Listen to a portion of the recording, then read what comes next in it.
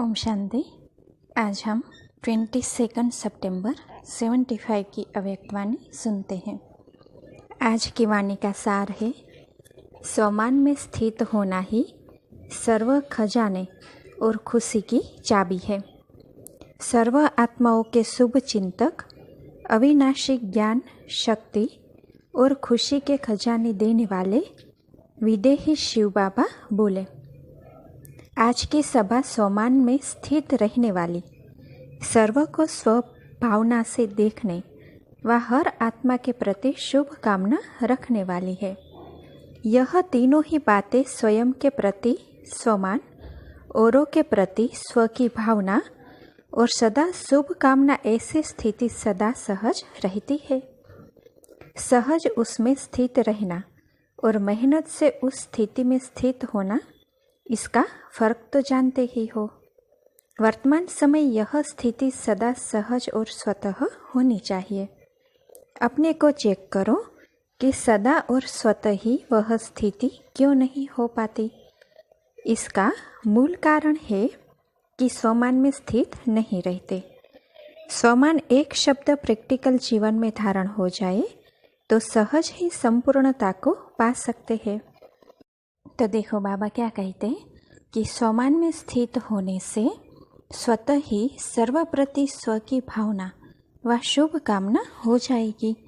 यह स्वमान में स्थित होना पहला पाठ है। स्वमान में स्थित होना ही जीवन की पहेली को हल करने का साधन है। आदि से लेकर अभी तक इस पहेली को हल करने में ही लगे हुए हो कि मैं कौन हूँ। शुरू में जब स्थापना का कार्य आरंभ हुआ था तो सबको क्या सुनाते थे? व्हाट एम आई, अर्थात मैं कौन हूँ। यह बात इतनी पक्की स्मृति में थी कि सब लोग जानते थे कि इन सब का एक ही पाठ है कि व्हाट एम आई। वही एक पाठ अब तक चल रहा है, इसलिए इसको पहेली कहा जाता है। इस इतनी सी छोटी सी पहेली ने ऊंचे से ऊंचे ब्राह्मणों को भी पराजित कर दिया है। पजल अर्थात व्याकुल, भ्रमित कर दिया है, अर्थात संपूर्ण रीति से हल नहीं कर पाए हैं। स्वमान के बजाय देह अभिमान व अन्य आत्माओं के प्रति अभिमान की दृष्टि हो जाती तो क्या कहे? क्या यह पहेली हल कर ली है अथवा अभी तक भी हल कर रही है? मैं कौन हूँ, इस एक शब्द के उत्तर में सारा ज्ञान समाया हुआ है। यह एक शब्द ही खुशी के खजाने, सर्व शक्तियों के खजाने, ज्ञान के खजाने, श्वास और समय के खजाने की चाबी है। चाबी तो मिल गई है ना। जिस दिन आपका जन्म हुआ तो सर्व ब्राह्मणों को बर्थडे पर गिफ्ट मिलती है ना। तो यह बर्थडे की गिफ्ट जो बाप ने दी है उसको सदा यूज़ करते रहो, तो सर्व खजानों से संपन्न सदा के लिए बन सकते हो। ऐसे सर्व खजानों से संपन्न आत्मा के दिल के खुशी की उमंगों में हर समय कौन सा आवाज़ निकलता है? मुख का आवाज़ नहीं, लेकिन दिल का आवाज़ क्या निकलता है? जो शुरू में ब्रह्मा बाप के दिल का आवाज़ था, कौन सा? वाह रे मैं। जैसे औरों की वाह वाह की जाती है ना, वैसे वाह रे मैं, यह स्वमान के शब्द है, न कि देह अभिमान के।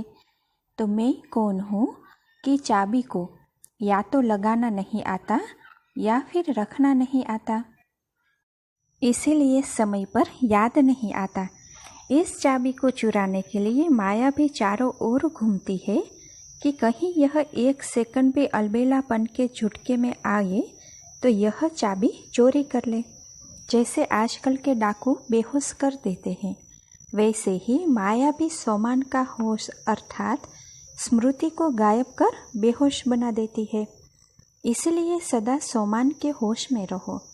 अमृत वेले स्वयं को ही स्वयं यह पाठ पक्का कराओ, अर्थात रिवाइज कराओ कि मैं कौन हूँ।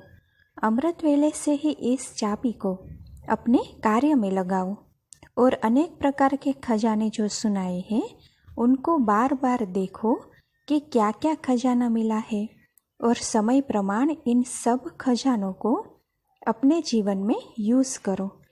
जैसे कल सुनाया कि सिर्फ बैंक बैलेंस नहीं बनाओ, लेकिन उसे काम में लगाओ, तो सहज ही जैसी स्मृति वैसी स्थिति हो जाएगी।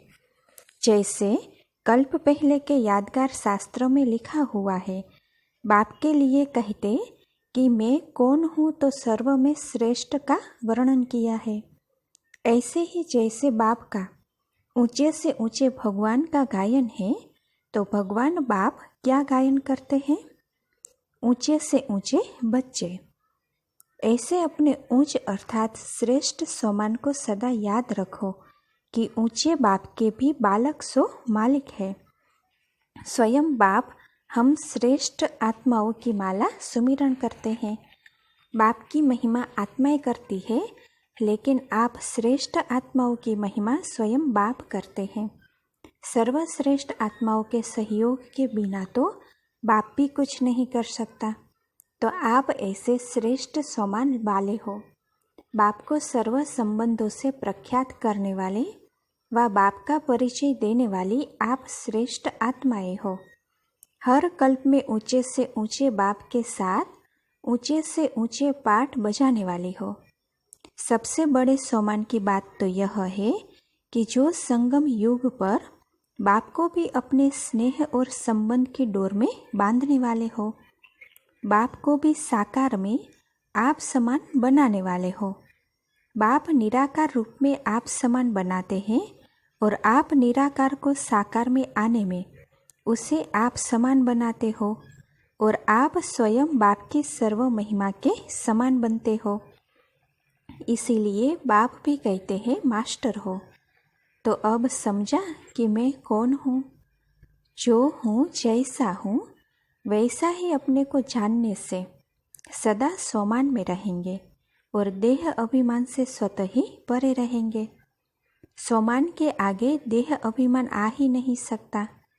तो अपने बर्थडे की गिफ्ट को सदा अपने पास संभाल कर रखो। अलबेलेपन में भूल न जाओ।